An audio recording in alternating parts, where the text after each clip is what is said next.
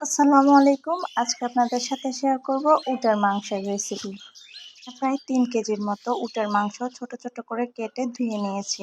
এরপর একটা হাঁড়িতে প্রথমে তেল দিয়ে নিব। তেল গরম হয়ে এলে দিয়ে দিব পেঁয়াজ কুচি। পেঁয়াজগুলো নরম হয়ে এলে দিয়ে দিব তেজপাতা, এলাচ, দারচিনি। এরপর দিয়ে দিব পেঁয়াজ বাটা, রসুন বাটা, আদা বাটা। সবকিছু একসাথে ভালোভাবে নেড়েচেড়ে মিশিয়ে নিয়ে দিয়ে দিব ১ প্যাকেট মেজবানি মাংসের মসলা, সাথে ধনিয়া গুঁড়ো, জিরা গুঁড়ো, হলুদ গুঁড়ো, মরিচ গুঁড়ো, গরম মশলা গুঁড়ো।